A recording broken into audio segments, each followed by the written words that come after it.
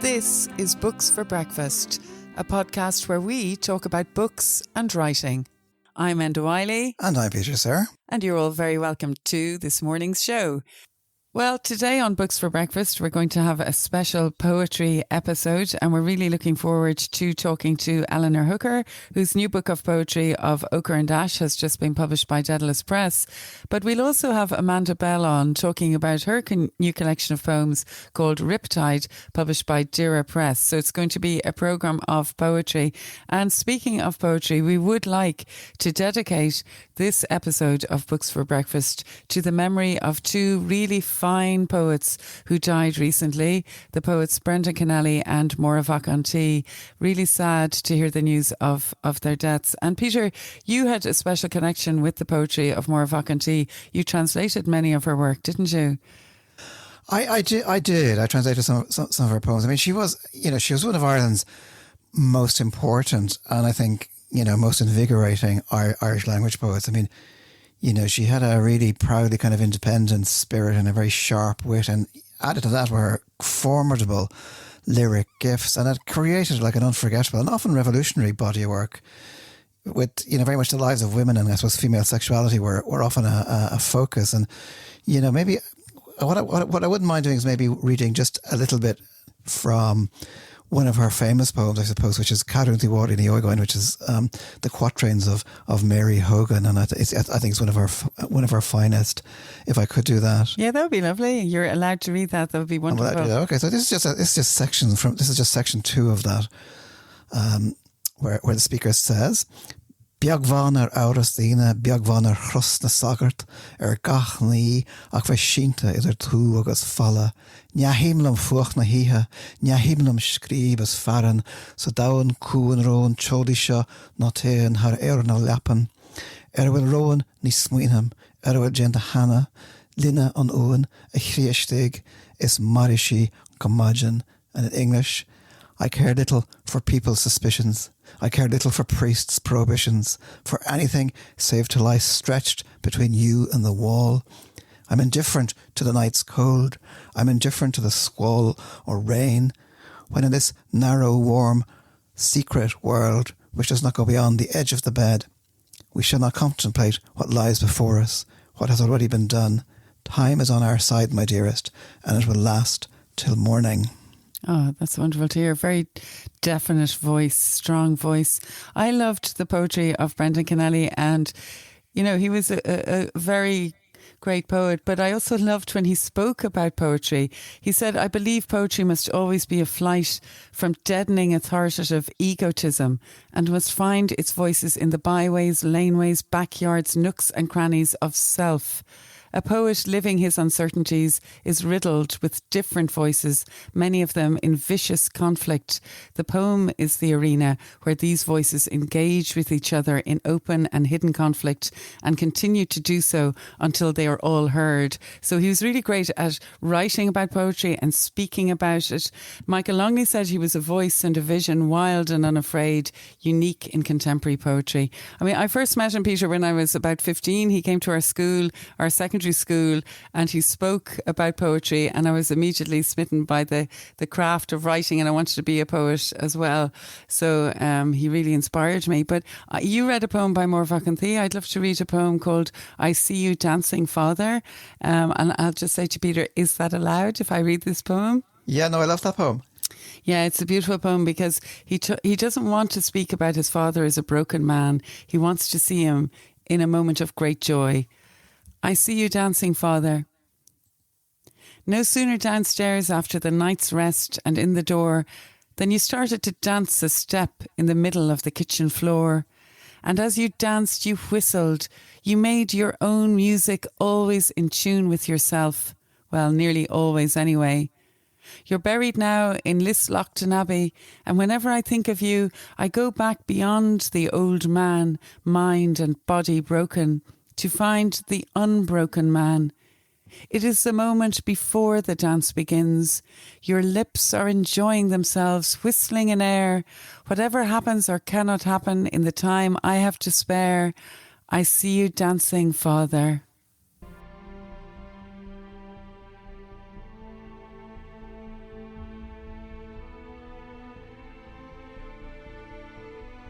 Today on Books for Breakfast, we welcome poet Eleanor Hooker.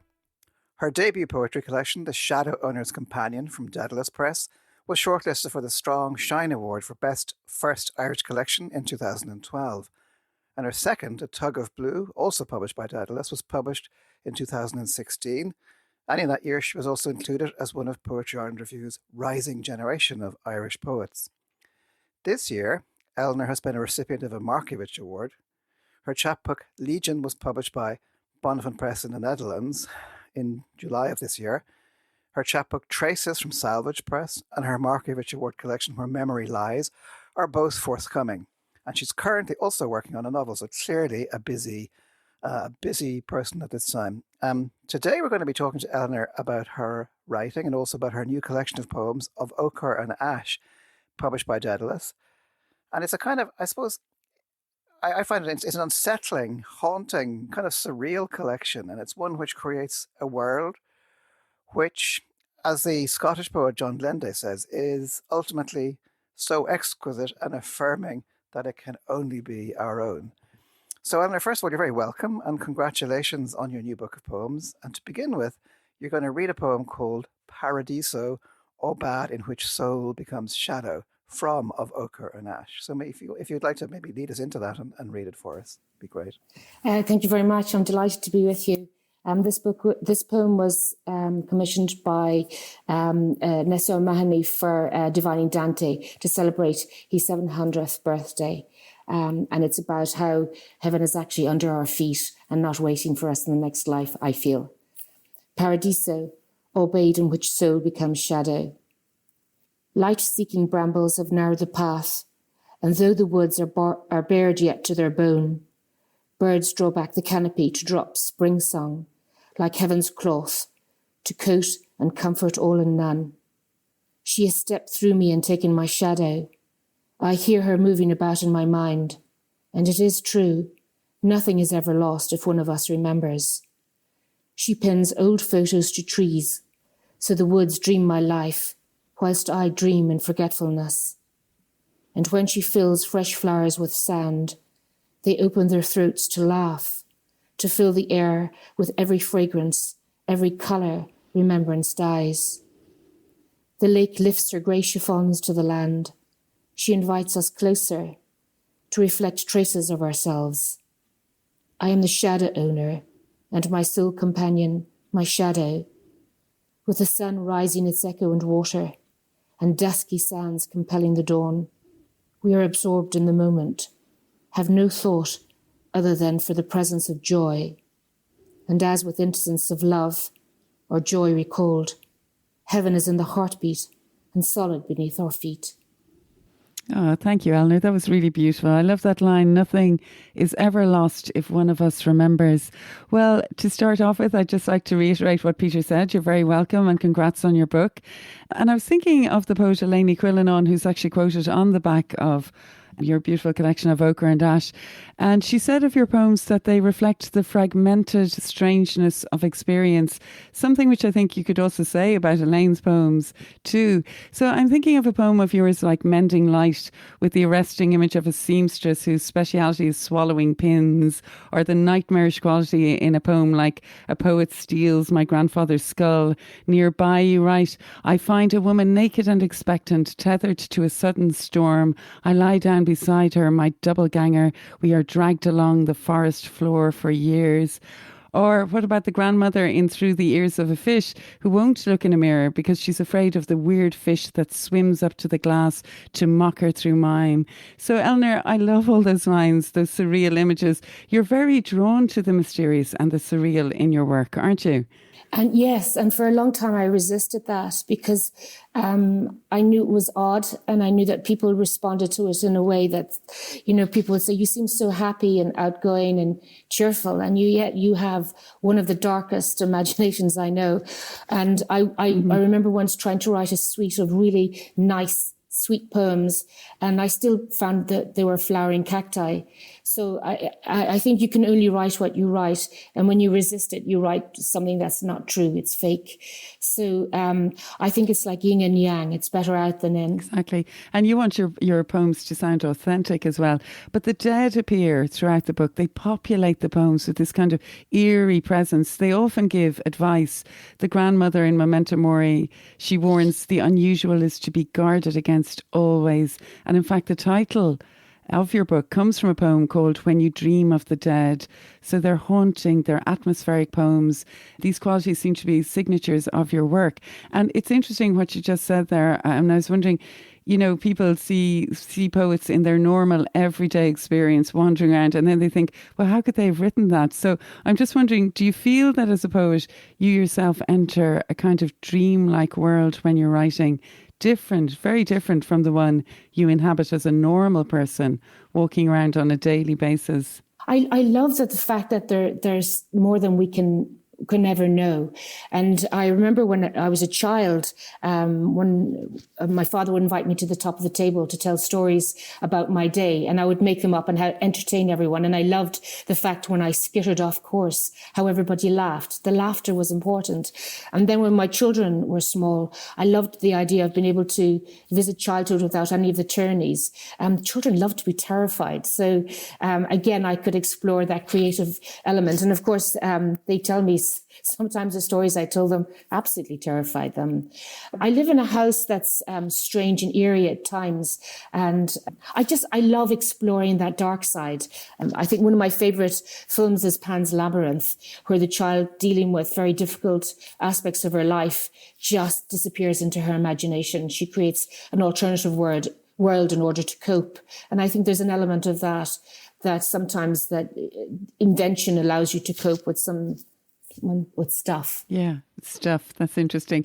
And when you say your house is strange and eerie, could you give us some sense of where you actually live, Eleanor? I live on the eastern shore of Lough Derg. Our lawn looks down to the lake. I'm looking at it now, and there's a squib sailing across our lawn almost. There's a rainbow on County Clare. So I live in Drumineer in North Tipperary on the edge of Lough Derg. It's the most landlocked county in Ireland, but we've got this huge lake just outside the window. Oh, I'm jealous. Peter and I are here in the depths of the city, thinking of your lake.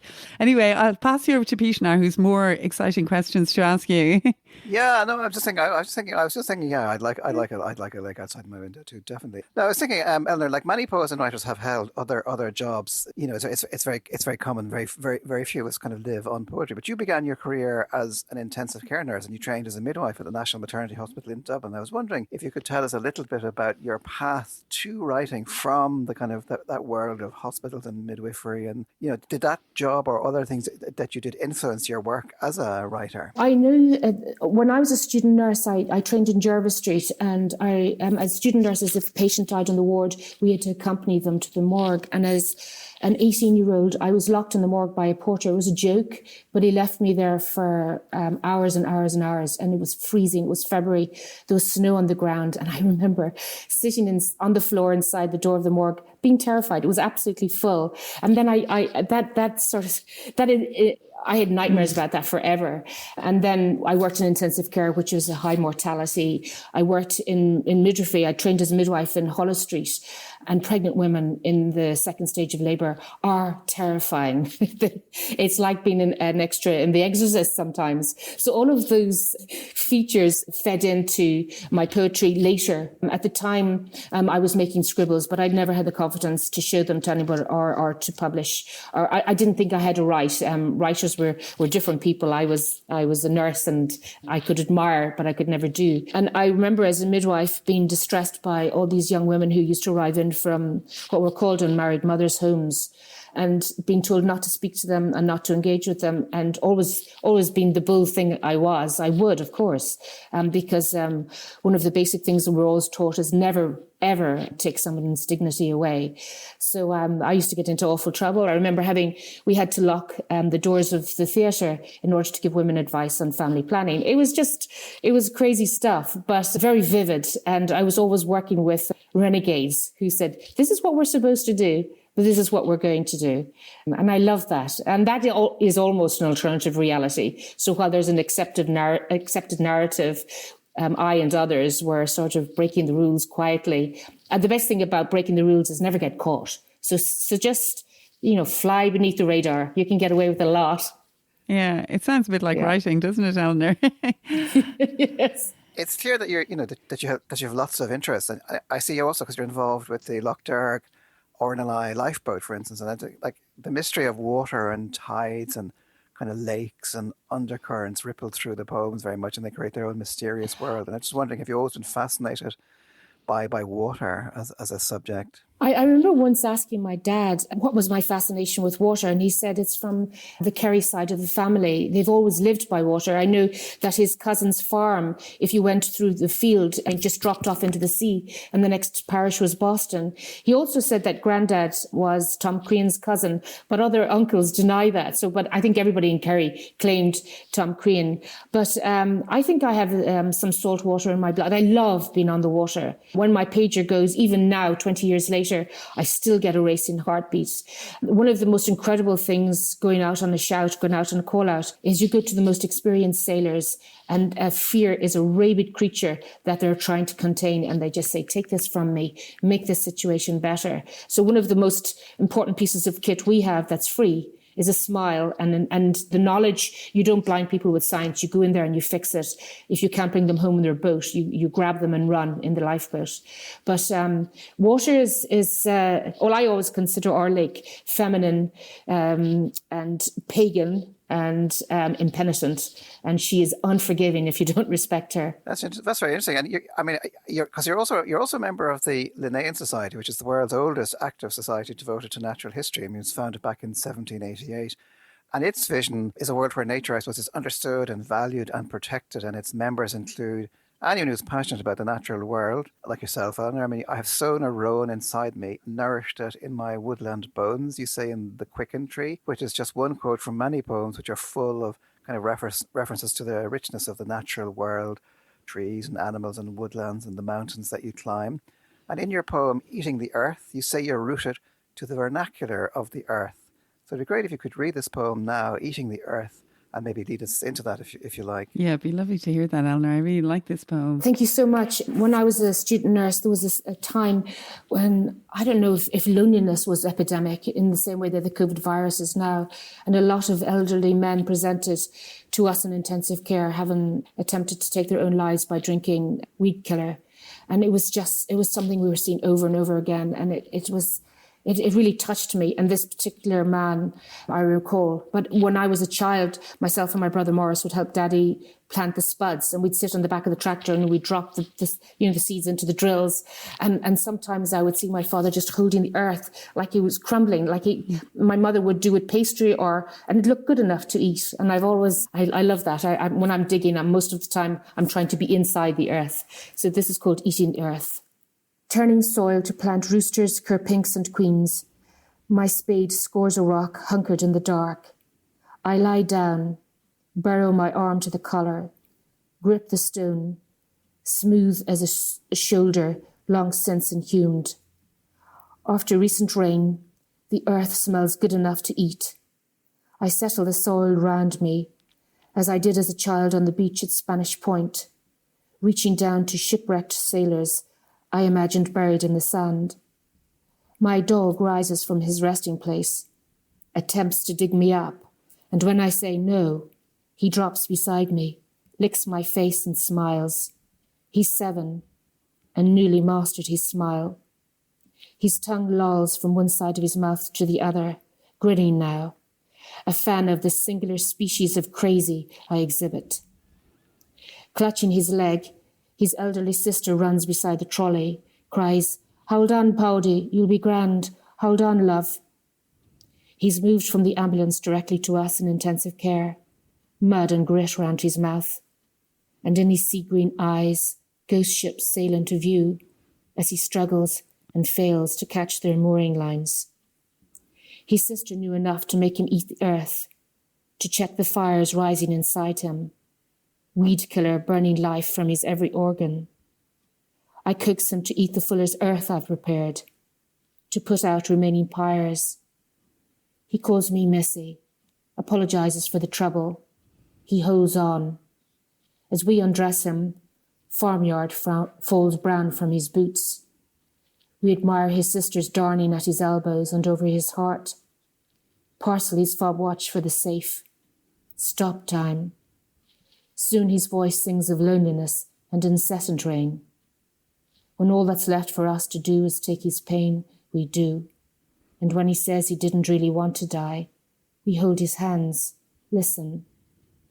And when all that's left for us to do is lay him down to rest, we do. He sleeps beneath the earth, a clay blanket over his bleached bones.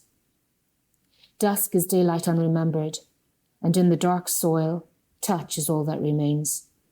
I find I am seized, the rock a hand that grips mine at the wrist, gently at first, that grows me towards it, makes me one of its secrets, roots me to the vernacular of the earth, on whose life my life depends. Oh, thank you, Eleanor. And actually, it's funny you're reading that poem. We too have a 7-year-old dog who's behind me here, and he's laid out smiling in the sunshine. So it was nice to hear that line as well. Your poetry, Eleanor, in this collection, it's littered with quotes from writers like Louise Glick, Ruth Stone, Virginia Woolf. There's even a speaking dog reading Nietzsche again. So obviously reading is hugely important to you. So I thought we'd move on now to the Toaster Challenge, because I know you've been reading a poet that you really admire and like, and you're going to talk about one of her poems just for maybe around 3 minutes, the length of time it takes to make a slice of toast. So we'd love to hear you talking about the poem that you've chosen, Eleanor. The poem I've chosen to discuss is The Snow Woman by Breda Wall-Ryan from her debut collection In a Hare's Eye, published in 2015 by Dara Press. This collection won the Strong Shine Award for Best First Collection, and deservedly so. Breda is one of our most accomplished Irish poets. Breda's second collection, Raven Mothers, was published by Dara in 2018. As with many of Breda's poems, The Snow Woman is about the female artist's authority and vulnerability. For me, this poem works on 2 levels. As a cinematic time-lapse of a woman as outsider, attempting to nurture acceptance from a hostile community, and as a metaphor for a writer's struggle to gain a foothold in a landscape oft-marked by antipathy to newcomers. In the poem, the descriptions grounded in reality and the metaphorical illusion exist in a symbiotic dance, with each element taking turns to lead, so that when reading the poem, imagined scenes and metaphorical abstractions exist and are known simultaneously. The Snow Woman was a blow-in then, the snow a wordless paper sheet, her footprints the first blunt pen strokes, with everything still to write. But against this optimism, this infinite possibility, comes disappointment with a bitter crop of stones and chanies at the turn of the year. Breda grew up on a farm in County Waterford. Many of her poems demonstrate her knowledge of the land and describe the hardships of a farming life. Wind-blown crows dropped in through holes punched in the sky, gossiped year after year. She wrote children. They built the scarecrow in the field. In folklore, crows were considered harbingers of death, ill omens. As scavengers used for excarnation, they were also considered carriers of souls. There may even be an oblique reference to Odin's 2 ravens, Hugin and Munin, meaning thought and memory, who told Odin every secret. Scarecrows share a common purpose, and that is to frighten. The children written into existence in this poem don't build any old scarecrow, they build the scarecrow in the field, a somewhat sinister event. Ultimately, the Snow Woman and the writer get acceptance. Now she's a native, the graveyard peopled with some of her own. A great husband planted these 2 years, a girl half grown, the rest of her children flown 1,000 miles as the crow flies. Breda's use of the word Cheney, meaning a young girl who refuses to be anything other than what she is, and the great husband suggests the Snow Woman married and buried an older man, and the writer married an old dead tradition that has fetched her international recognition. Silent hills shoulder her close, crows call her name from tall trees. She has carried the scarecrow into the house. Acceptance comes at a cost. The Snow Woman takes what frightens her most into her house, the scarecrow, whilst the poet internalizes her terror. One wonders if the title of the poem, The Snow Woman, is the temperature above which a woman writer is encouraged not to go if they seek approval, a consideration this poem ultimately repudiates. Oh, well done, Eleanor, and many thanks for that. Well, that was Eleanor Hooker. She was talking about her new and third collection of poetry of Ochre and Ash, published by Daedalus Press. But as you just heard there, she was also talking about a favourite poem of hers, Breda Wall Ryan's poem Snow Woman, from her collection In a Hare's Eye, published by Dira Press. And as usual, all details of these books will be available on www.booksforbreakfast.buzzsprout.com. And all that's left to say now is many thanks, Eleanor Hooker, for coming in to join us at the breakfast table this morning. It was really enjoyable chatting to you. Thank you so much. It was a delight.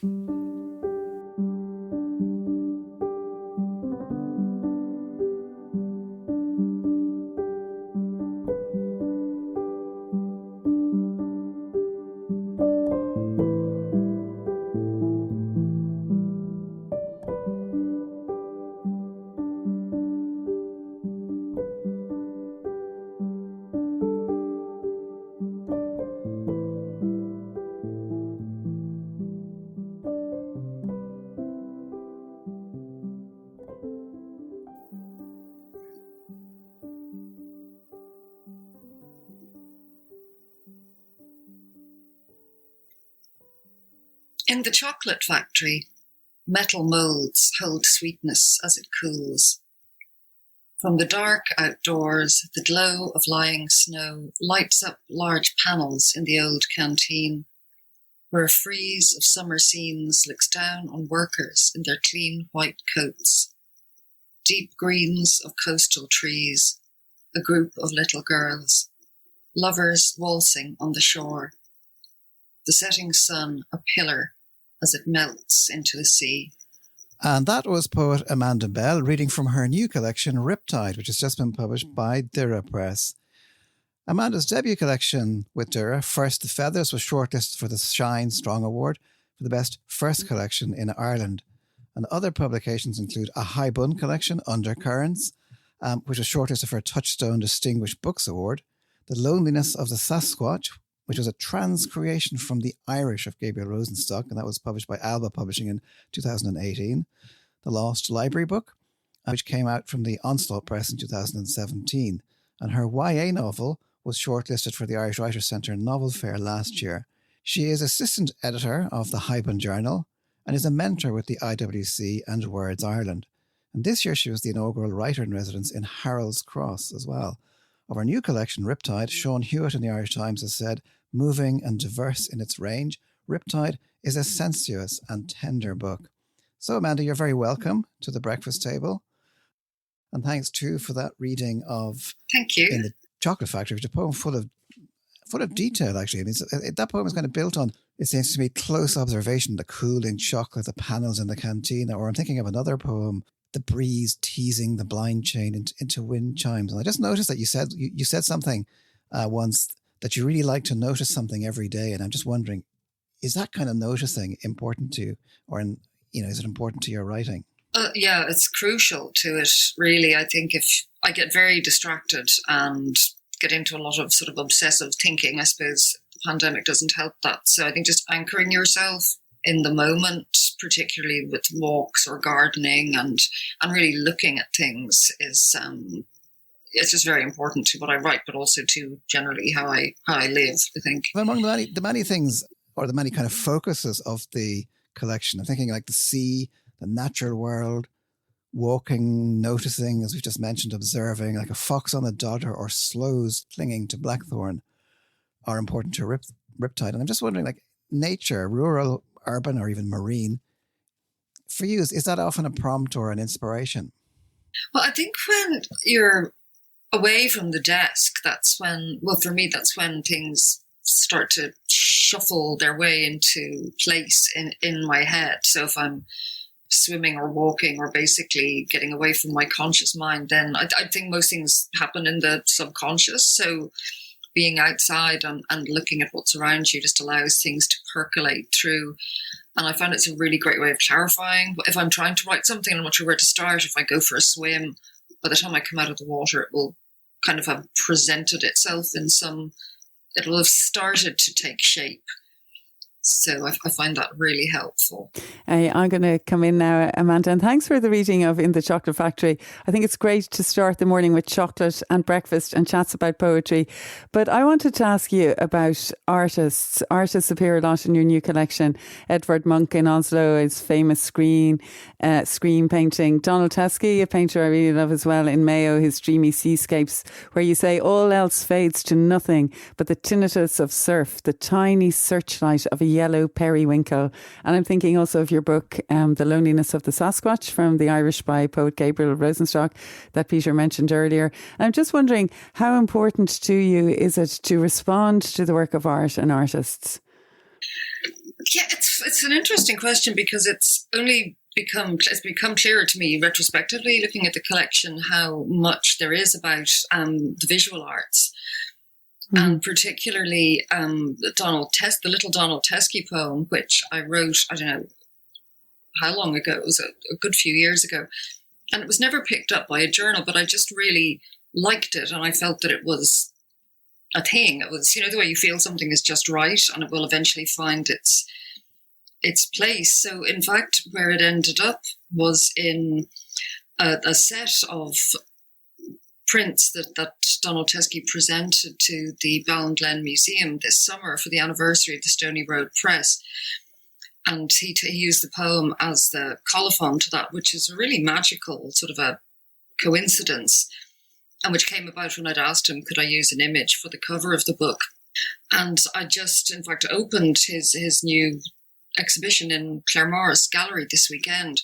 So I was looking through the collection to see in what way it does respond to the visual arts. And there is a focus on colour that I think I was not very consciously aware of when I was doing it.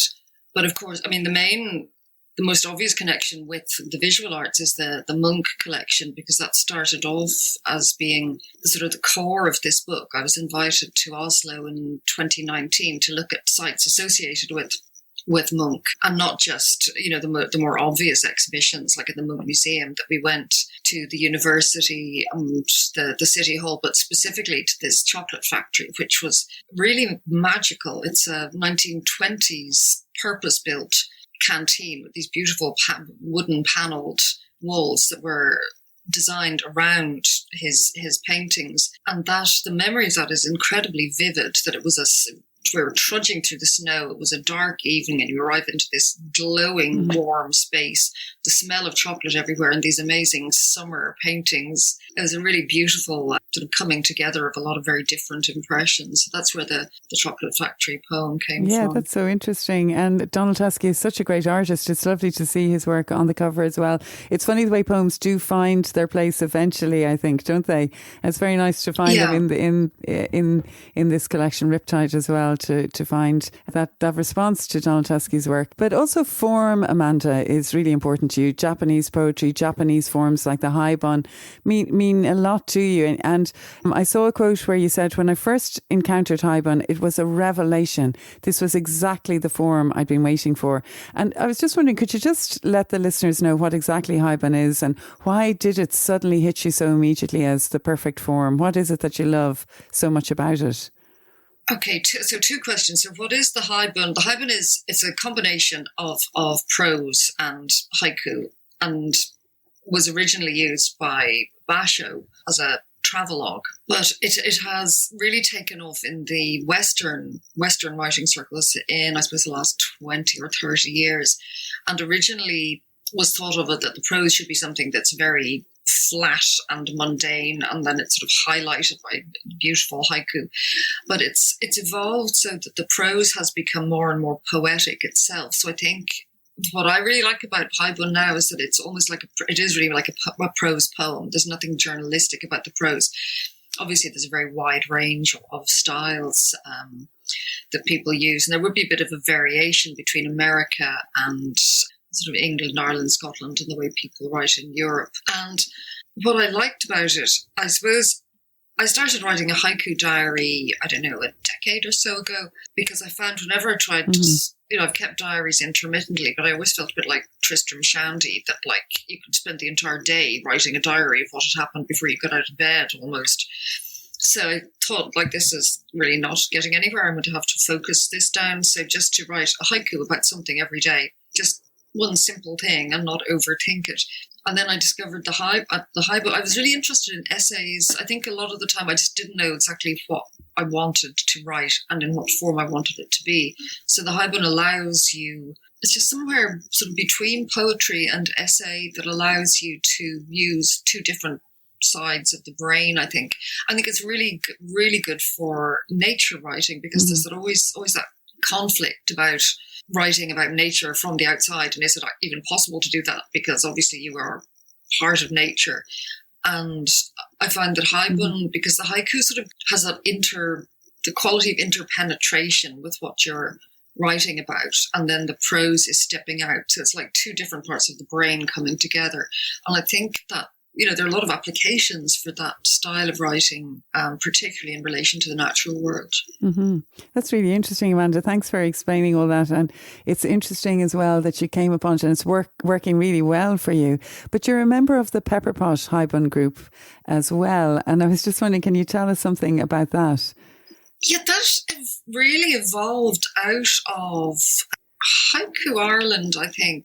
Jim Norton, who's a very, very fine writer, who set up Haiku Spirit about 25 years ago with Sean O'Connor. They published, I can't remember exactly how many issues, but he has been writing Haibun sort of quietly, as has Sean O'Connor, for about 20 years. And it was just one of those pieces of serendipity that at the launch of Undercurrents, I met, or around the same time as the launch of Undercurrents, I met Jim, I met Sean. Jim very kindly wrote me a foreword for Undercurrents, and Sean launched it for me. And then Jim ran a workshop for anybody interested. It was largely people who have been writing haiku anyway, and ran a workshop about writing haibun, and it just sort of evolved from there in quite an informal way. But at the moment we do try and meet maybe once a month or once every 2 months. Obviously it's been online for a while now, but it's very useful to exchange work, to workshop, and just have an awareness of what journals, because it is quite an international forum as well. So just share an awareness of who is open for submissions and that sort of thing. Oh, that's great. It's great to have a community of like-minded writers, I think. And I think actually now, Amanda, seeing as we were talking about haibun, it would be wonderful to hear you reading your poem Wintering, which it is an example of haibun, isn't it? So it fits in perfectly with what we're talking about. Thanks, Enda. This is in memory of my friend Sarah Tompkin, who died just a couple of days before First the Feathers was launched. Wintering. The next day, we head west into a low sun. The garage where we habitually stop for 99s has unplugged its ice cream machine for the season. They'll get it going again on St. Patrick's Day, but that seems a long way off now. On arrival, we reset our bearings, light the stove, eat supper by the fire. We doze off there in its glow, awaken stiff and chilled, and stagger upstairs, where we sleep the fitful sleep of the depleted. The sun rises later here. When it appears over the Nook-on, we don boots, walk the land, mark out trees for cutting. This batch will yield a few more years of burning. On the hill, a handful of sloes still cling to the blackthorn. We snap off dead twigs for kindling, harvest red and yellow willow. Among leaf drifts, we find badger trails. See where thrushes forage. Remember rivers of bluebells and prepare for spring. I take a hand tool and kneel to clear some space beneath the hazels. Feel the cold seep through my jeans into my bones. My friend is dead. How can I plant crocus bulbs in this shallow soil? And that was Amanda Bell reading Wintering from Riptide. Amanda, I'm just wondering, you've been very prolific recently. I mean, it's been a particularly fruitful time, a number of books in quick succession. What's next? Yeah, no, it has been a particularly fruitful time, I suppose, but everything was a long time in the making, so it all just sort of came together at the same time, which has been quite amazing, actually. What's next? I suppose every time a collection is published, you're kind of totally back to back to square one, which it's kind of daunting but kind of exciting as well. So I'm only thinking of maybe one poem at a time, and maybe then retrospectively you look back and go, okay, that's a collection and that's what it's about. So I'm taking a fairly long view on that. I have a novel that I really would like to get published that was shortlisted last year for the novel fair, and another novel that I've been doing a fair bit of research on that I want to start imminently. So that's probably my 1st of January resolution, will be to actually put pen to paper on that one. Oh, so you are a busy woman, Amanda. But it's been great to chat to you. And I think it's now time for our famous Toaster Challenge, where you're going to talk about a book or a poem that really matters to you. But I know today you actually said you're going to talk about a poem that has really affected you, that you really like. So if you want to lead us into that, I know Peter's going to get the bread ready and put it into the toaster. So I'll just count you down. 1, 2, 3, and off you go, Amanda. Well, I found it really difficult to decide on a poem to read when you asked me to, because I've been reading so widely in the last year. I think particularly in the last year, being stuck at home, and it was very difficult to make a decision. But then I've had this poem by Mary Oliver actually stuck up behind my computer for about 18 months. And I think Eleanor Hooker put it up on Instagram. And what I love about this poem is it's so deceptively simple. And I think the things which seem almost throwaway can actually, when you start to unpick them, be incredibly sophisticated. And it's really easy to underestimate their power and their skill.